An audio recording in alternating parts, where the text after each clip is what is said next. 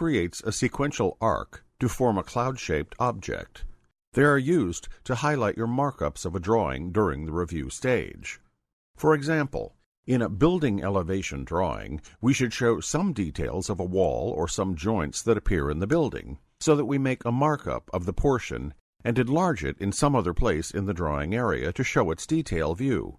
For this option, we can use Revision Cloud as a markup tool. The shortcut key used to type in the command line is REVCLOUD. Let's create a revision cloud. Go to the Draw menu and select Revision Cloud. Now the command line asks you to specify a start point to create a sketch. Specify a start point on the screen and drag the mouse without clicking any mouse buttons. You can see the cloud that forms on the drawing area. Now drag the mouse near the start point of the revision cloud. Thus the revision cloud sketch ends by closing it, and also the command is finished.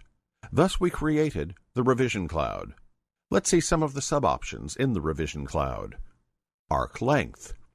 This is used to specify the minimum and maximum arc length of the revision cloud. Go to the Draw menu and select Revision Cloud. Now the command line asks you to specify a start point.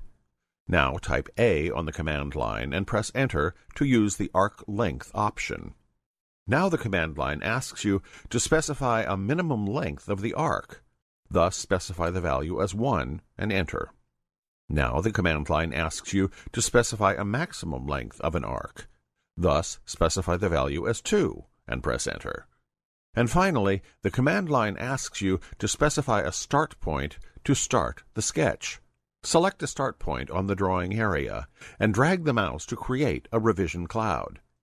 Now, to finish the sketch without closing the sketch, press Enter. Thus, now the command line asks you to specify whether arc sharp corners should reverse direction. Now type Y on the command line and press Enter to reverse the direction of the projection of sharp corners. Thus, the direction of projection of revision cloud arc is changed, and the sketch is created.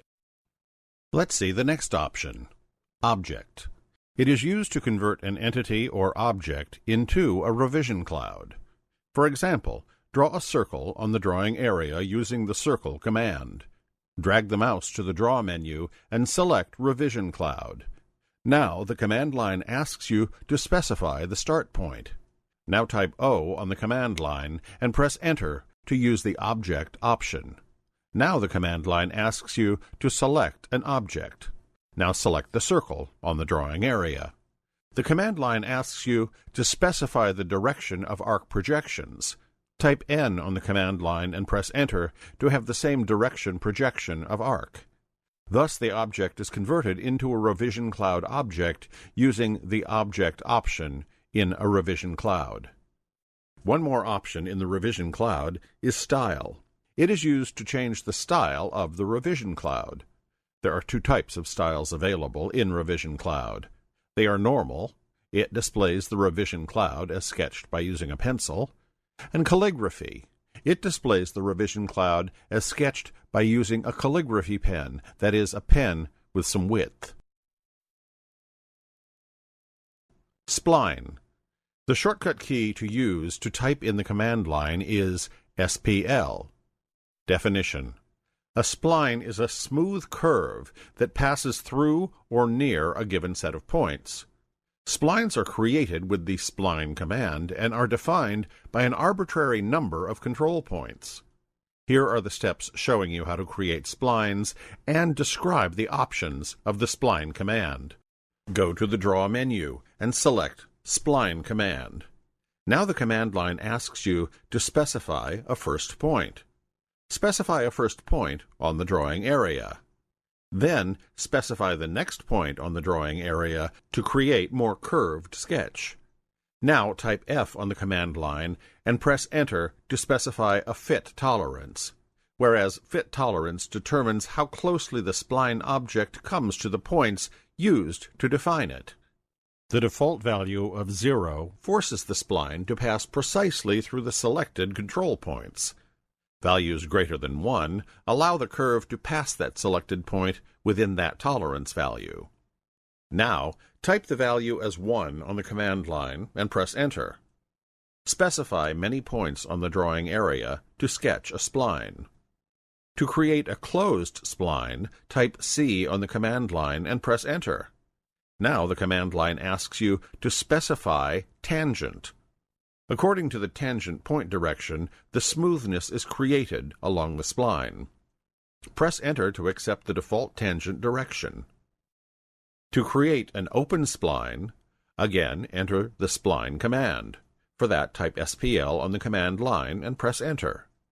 Specify the required points on the drawing area for a spline curve and press Enter to accept the default choice of tangency. Now the command line asks you to specify a start tangent. Specify a point on the drawing area to indicate the tangency at the start point. Now the command line asks you to specify an end tangent point. Specify a point on the drawing area to indicate the tangency at the end point, and thus the spline is drawn. Let's see a sub-option in the spline command. That is, Object. To use this option, there is a need of some sketch. For this, create a rectangle on the drawing area. Otherwise, you can create any polyline objects, which should be closed entities. Now, drag the mouse to the Modify menu and select the Object command. A number of options get highlighted. Here, select Polyline. Note, you can simply type PE on the command line to use the Polyline Edit command. Now the command line prompts you to select a polyline or multiple. Select the rectangle and press Enter. Now the command line prompts you to enter an option. From this option, select Spline by entering S on the command line and press Enter. Thus the rectangle is converted into a spline. Now press Enter to leave the command. Note, if you select that curve object now, it gets 4 grip points in blue color. Press Escape to deselect the curve object. Again, go to the Draw menu and select the Spline command. Now the command line prompts you to specify the first point or object. Enter O on the command line and press Enter. Now, select the object on the drawing area. Thus the rectangle is completely converted into a spline. And finally, press Enter to finish the command.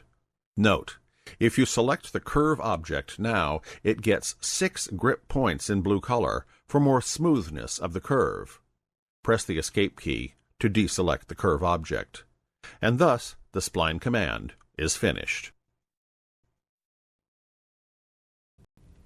Hatch and Gradient. Hatch is one of the main commands used in all drafting and detailing processes. Hatch will help us fill a profile by means of line in different angles, different shapes, and with solid colors. This tool is used to represent the sectional views of an object in detailing or in drafting. Gradient is the sub-option in Hatch tool. It is used to fill a profile with colors of different combinations and shades. The shortcut key used to type in the command line is H. Here are the steps to be followed. Draw some circles, one inside the other on the drawing area. Type H on the command line and press Enter to select the Hatch command. Now, the Hatch and Gradient dialog box appears. In the Hatch and Gradient dialog box, under the Type and Pattern section, select Predefined from the Type drop-down list. From the Pattern drop-down list, select one of the predefined hatch patterns. A preview of the selected hatch pattern is displayed in the swatch area below the Pattern drop-down list. You can click the ellipsis button to the right of the Pattern drop-down list to display the Hatch Pattern Palette dialog box. The Hatch Pattern Palette dialog box allows you to select predefined and ISO hatch patterns that come with the software. Now select OK to close the dialog box. Under the Angle and Scale section, specify an angle for the hatch pattern by selecting a predefined value from the Angle drop-down list, or entering a value in the text box. For example, type 10. Now specify a scale for the hatch pattern by selecting a predefined value from the Scale drop-down list, or by entering a value in the text box. For example, type the value as 2. Under the Boundaries section, click Add, pick Points.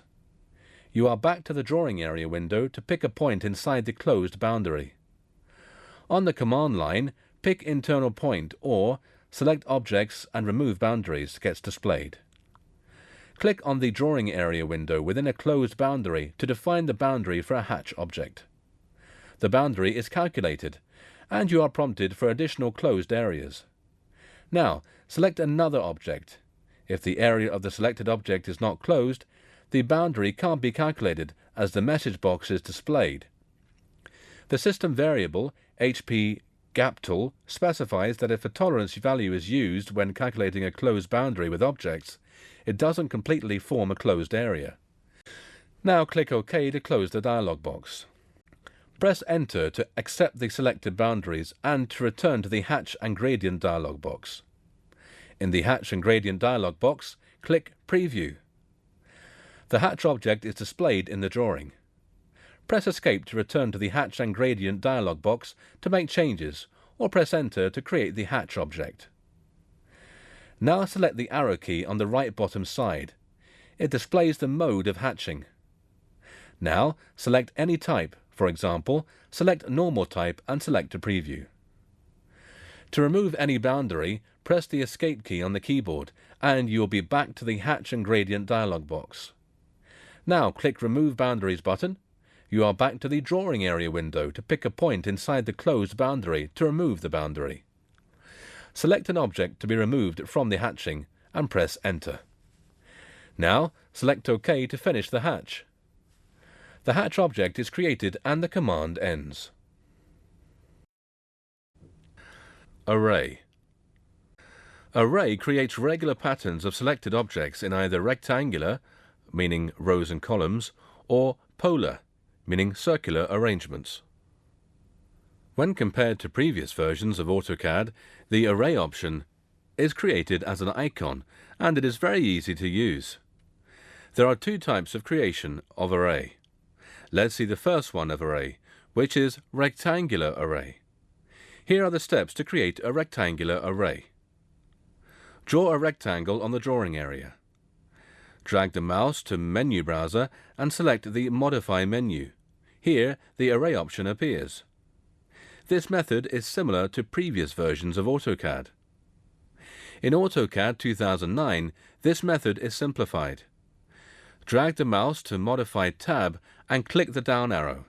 Thus, the Array option icon gets displayed. Let us select this icon. The Array dialog box appears. Make sure that the rectangular array radio button is selected, and then click the Select Objects button. Select a rectangle object to array, and then press Enter to finish selecting. The dialog box appears again. Now specify the number of rows and/or columns in the row and column offsets box. If you want a single row or a single column, specify 1 in the row and column boxes. And, even though you are making copies of a source object, the number of rows and columns must include the number of copies you want, plus the source object. Row Offset. Select the Row Offset button and select 2 points in Y-axis direction, which indicates the distance between the two rows. Column Offset. Select the Column Offset button and select 2 points in X-axis direction, which indicates the distance between the two columns. Or you can specify the value for row and column offset in the respected boxes instead of picking the points on the drawing area. Angle. This indicates the rows and columns to be tilted to some angles. After specifying the value, click Preview. The main Array dialog box disappears and AutoCAD previews the results of your settings together. Let's select to modify the settings. The Array dialog box appears. Specify the angle as 20 in Angular box. Now, click the preview and select Accept to finish the command. Let's see the second option in Array command, which is Polar Array option. It changes the look of the Array dialog box. Draw a rectangle with perfect dimensions on the drawing area. Draw a circle next to the rectangle on the drawing area, and there should be some specified distance between the rectangle and circle. Type AR on the command line and press Enter to start the Array command. Now, the Array dialog box appears. Select Polar button and select a center point button to specify a center point of polar array. The drawing area appears where you can select the center point. Select the object to rotate around the center point, and specify the number of items to be filled and the total angle. For example, type the number of items as 6 and the total angle as 360. Thus, the angle between each entity is 60 degrees. Select a preview and select a Modify option to make a change. In Rotate Items as Copied, remove the tick mark. It allows you to place an object without rotation about a base point rotated. Now select the Preview button. The main Array dialog box disappears again, and AutoCAD previews the results of your settings together. Click Accept to finish the command. Multi-leader. Leader is a line created with arrowheads to specify some text or make notification about an object. Multi-leader is an enhanced feature tool to create a leader. The shortcut key used to type on the command line is M-leader.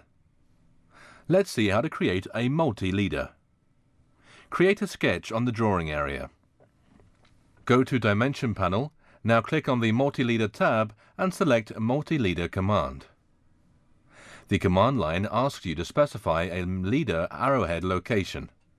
Select the arrowhead point on the drawing area. After specifying the point, the command line asks you to specify the leader landing location. Specify the landing location on the drawing area. Now, the multi-line panel with text formatting tab appears on the panel. It contains all the options to make the text to format according to the user. These options in a text formatting tab all are similar to MS Word text bar. Type the text, for example, the surface finish of a component is 0.02 tolerances. Select Close Text Editor button on the panel. Thus, we've finished the multi-leader command. But in this command, there are many sub-options. Now we are going to discuss the sub-options one by one. Landing location first. This option is used to specify the leader line end location at first, instead of specifying the arrowhead of leader line first. Let us see how to use this option. Create a circle on the drawing area using Circle command. Now go to Dimension tab and select Multi-leader command from the Multi-leader tab. The command line asks you to specify a leader arrowhead location. Let's use the landing location first. Type L on the command line and press Enter. Now specify the point on the drawing area. The command line asks you to specify the leader arrowhead location point. Specify the arrowhead location. The text formatting bar appears. Type the text. For example, the cylindrical tolerance is 0.005. Finally, select OK to finish the command. The leader line is now created using Landing Location sub-option. The next sub-option is Content First. Content First. This sub-option is used to type the text first using Text Formatting bar. Go to Dimension tab and select Multi-leader command from the Multi-leader tab. The command line asks you to specify a leader arrowhead location. Type C on the command line and press Enter to use the Content First sub-option. The command line asks you to specify the first corner of text, so select the first point on the drawing area. Now, the command line asks you to specify the opposite corner. Select another corner point on the drawing area. Text formatting bar appears. So, type the text. For example, type, the depth of an object is 20. Select OK on the text formatting bar. Now the command line asks you to specify leader arrowhead location. Select the point on the drawing area. The multi-leader is now created using Content First option. The next sub-option is Option. It contains many other sub-options. They are Leader Type, Leader Landing, Content Type, Max Points, First Angle, Second Angle, Exit options. Now we are going to discuss these sub-options one by one in detail. Leader Type. It is used to change the type of a leader line at the endpoint of a multi-leader. Go to Dimension tab and select Multi-Leader command from the Multi-Leader tab. The command line asks you to specify a leader arrowhead location. Type 0 on the command line and press Enter. Now type L on the command line to use the leader type option and press Enter. Select any option like Straight, Spline and None. Straight option displays the leader line as a straight line. Spline option displays the leader line as a curved line. None option doesn't display any leader line at all. Let us use the Spline option. For this, type P on the command line and press Enter. Again, type X on the command line to exit from the option. Now create the leader by specifying a point on the drawing area. Type the text on the command line and select OK to finish the command. Now you can see the leader as a spline form. Let's see the next option as Leader Landing. It is used to create a multi-leader without the straight line before the text. Go to Dimension tab and select Multi-Leader command from the Multi-Leader tab. The command line asks you to specify a leader arrowhead location. Type O on the command line and press Enter. Now type A to use Leader Landing and press Enter. The command line asks you to specify yes or no. Type N to select No option and press Enter. Now type X on the command line and press Enter to exit from the option. Create the leader by specifying a point on the drawing area. Now, type the text on the command line and select OK to finish the command. You can see the leader without the straight line before the text. Now the next option is Content Type. Go to Dimension tab and select Multi-Leader command from the Multi-Leader tab. The command line asks you to specify a leader arrowhead location. Type O on the command line and press Enter. Now type C on the command line and press Enter to use Content Type option. The command line asks you to specify Block, mText and None. Block. It adds the object with the multi-leader line which is created using Block command. mText. It displays the text formatting bar to type the text. None. It does not display the text with the multi-leader line.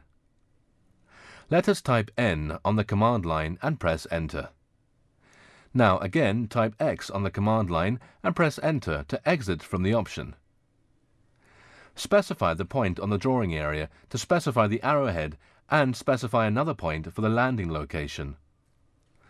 Thus the multi-leader line is created without text.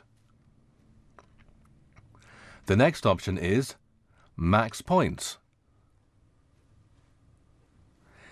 It is used to specify many points on the drawing area to expand the length of the multi-leader line. Go to Dimension tab and select Multi-Leader command from the Multi-Leader tab. The command line asks you to specify a leader arrowhead location. Type O on the command line and press Enter. Now type M on the command line and press Enter to select Max Points. The command line asks you to enter the maximum points for leader line. For example, type the value as 3 and press Enter. Now type X on the command line and press Enter to exit from the option. Now specify the 3 points on the drawing area to create the multi-leader line. Type the text on the drawing area. For example, type "The net weight of part is 20 kilograms." After typing the text, select the OK button. Thus, the multi-leader line has been created. The next option is First Angle. Go to Dimension tab and select Multi-Leader command from the Multi-Leader tab. The command line asks you to specify a leader arrowhead location. Type O on the command line and press Enter. Now type F on the command line and press Enter.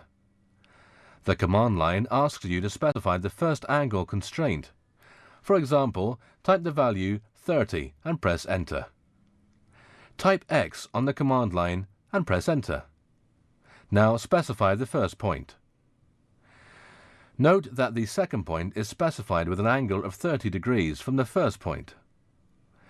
Specify the second point and type the text on the command line. For example, type "The density of a component is 7,500. Now select OK to create a multi-leader line and to exit from the command. Note that the second angle is also similar to the first angle, but the angle is specified for the second point of the leader line. Exit options are used to exit from the option. Thus, the multi-leader command gets finished.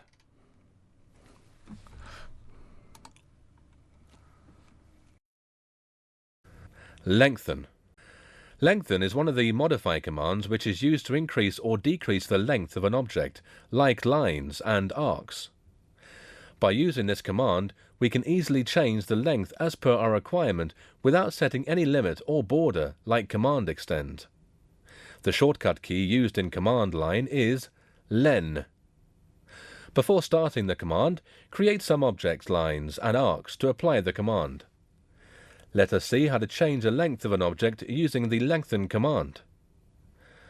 Go to Modify tab and click the down arrow key. Now select the lengthen icon from the Modify tab. Now the command line prompts you to select an object. Click on the line or arc in the drawing area. Now the command line shows the length of the object. There are some sub-options in lengthen command. They are delta, percent, total, dynamic.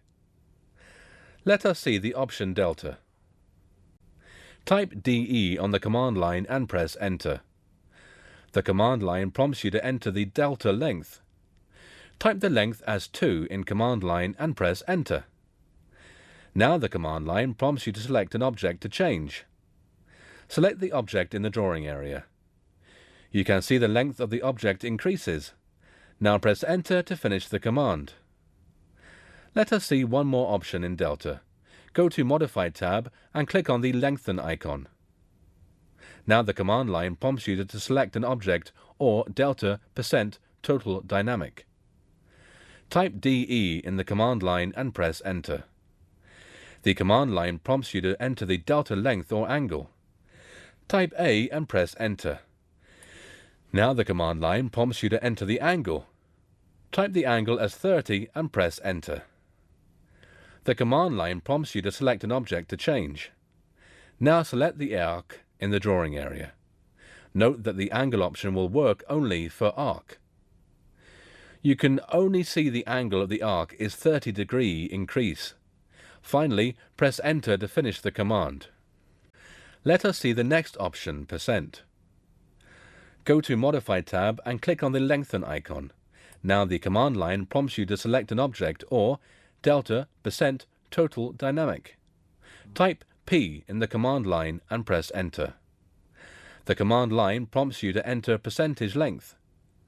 Type the value as 150 and press Enter. If the value is more than 100 in the sense length of the object will increase. If the value is less than 100 in the sense length of the object will decrease. Now the command line prompts you to select an object to change. Click on any of the objects shown in the drawing area. Finally, press Enter to finish the command. Let us see the next option, total. Go to Modify tab and click on the Lengthen icon. Now the command line prompts you to select an object or delta % total dynamic. Type T in the command line and press Enter. Now the command line prompts you to specify total length. Type the length as you want in the command line. For example, type 5 and press Enter. Now the command line prompts you to select an object to change. Click on the line or arc shown in the drawing area. Now the length of the object is converted into 5 units. Finally, press Enter to finish the command. Let us see the one more option in the total option, which is Angle. Go to Modify tab and click on the Lengthen icon. Now the command line prompts you to select an object or delta % total dynamic. Type T in the command line and press Enter. The command line prompts you to specify the total length or angle. Type A in the command line and press Enter. Now the command line prompts you to enter the angle. Type the angle as 75 and press Enter. Now the command line prompts you to select an object to change. Select the arc in the drawing area. Note that the angle option will work only for arc. You can see the total angle of the arc will changed to 75 degrees. Finally, press Enter to finish the command. Let us see the next option, which is Dynamic. Go to the Modify tab and click on the Lengthen icon. Type DY in the command line and press Enter. The command line prompts you to select an object to change. Click on any line or arc in the drawing area. Now you can see the side which you selected will increase or decrease parallel to the movement of your mouse. The command line prompts you to specify a new endpoint. Now, click on any point in the drawing area to locate the new endpoint of the object. Finally, press Enter to finish the Lengthen command. Block. The shortcut key used in command line is B. AutoCAD allows you to create geometry templates called blocks. A block is an object that is made up of many different objects and given a name to reference when you want to place the block in a drawing. Creation of block is similar to the previous versions of AutoCAD. Blocks contain geometry and text that you can create in AutoCAD, such as rectangles, circles, arcs, and lines. When you create the block, it looks just like the original objects you used to create. When you create a block, you need to know the few options, which are Name, the text string that is used to specify which block to insert into the drawing. Base point, the point on the block that will be used to help place it into the drawing when it is being inserted. This point is usually established on an object that is selected when creating a block. Objects. It is used to select an object on the drawing area to convert into blocks.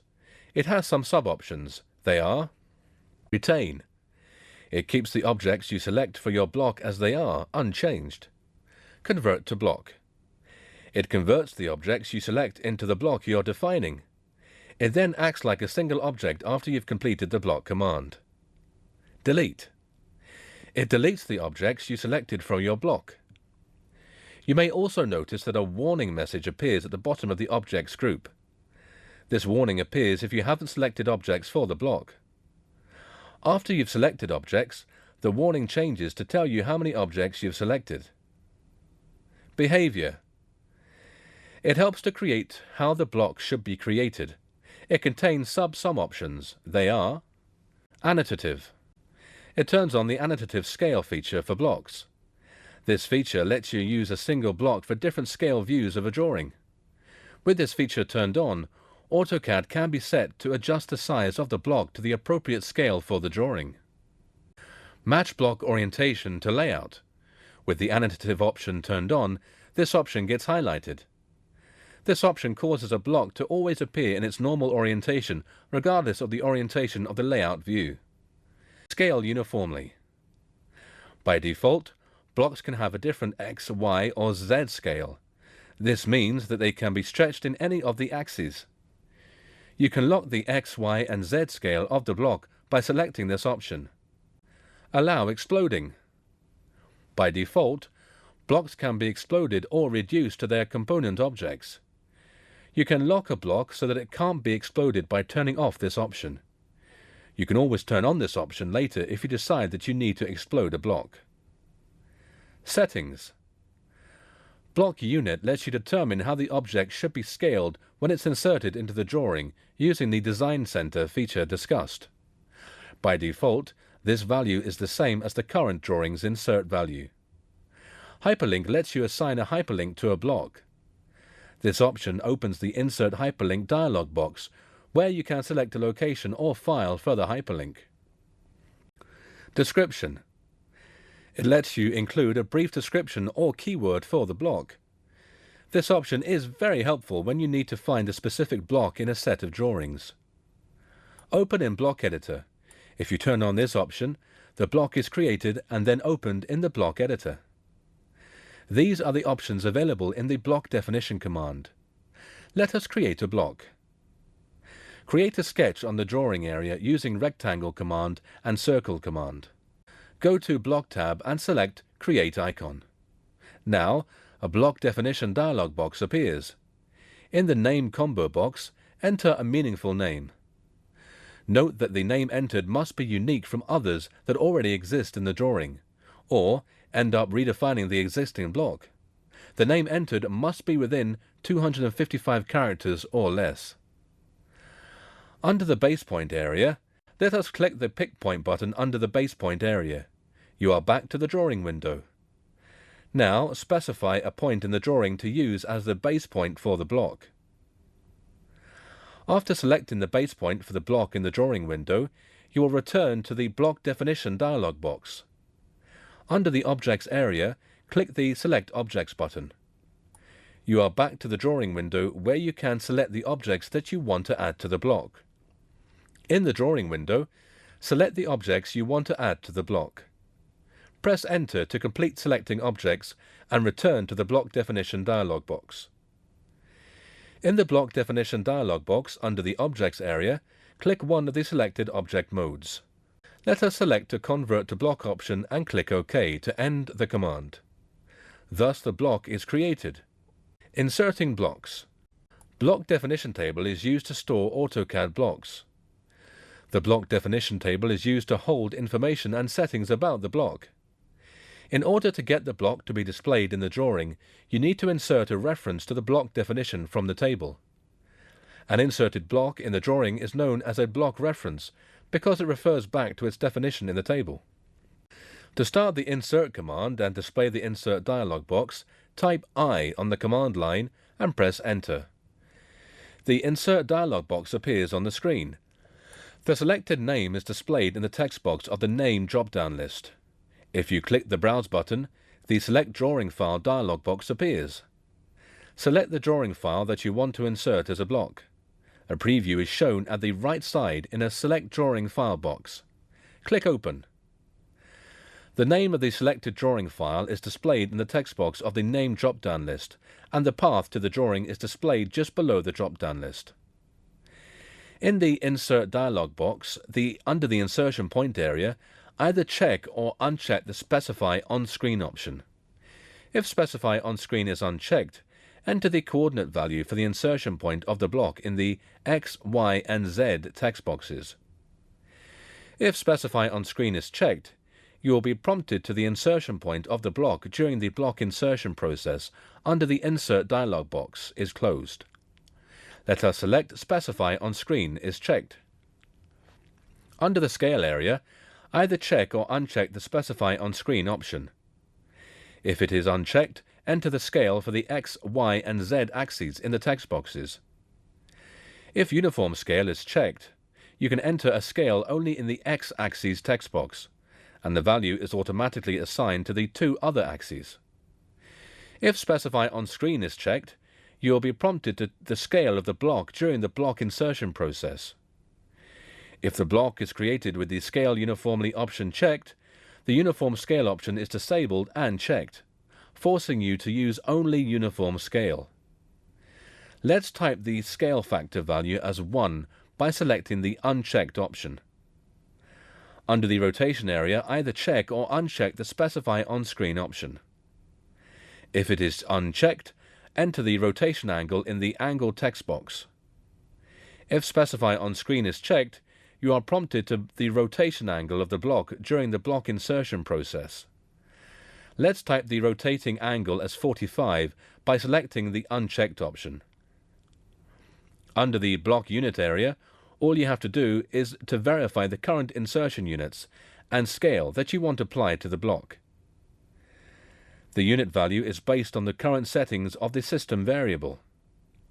This variable specifies the drawing's current units for inserted blocks. The factor value is the result of the unit used when the block has been created. At the bottom of the Insert dialog box, check or uncheck if you want the block to be exploded after it is inserted into the drawing. If the Allow Exploding option is unchecked in the Block Definition dialog box, when the block was created, the Explode option is disabled. Click OK. Place the insertion point on the drawing area. Thus, the object is placed on the drawing area.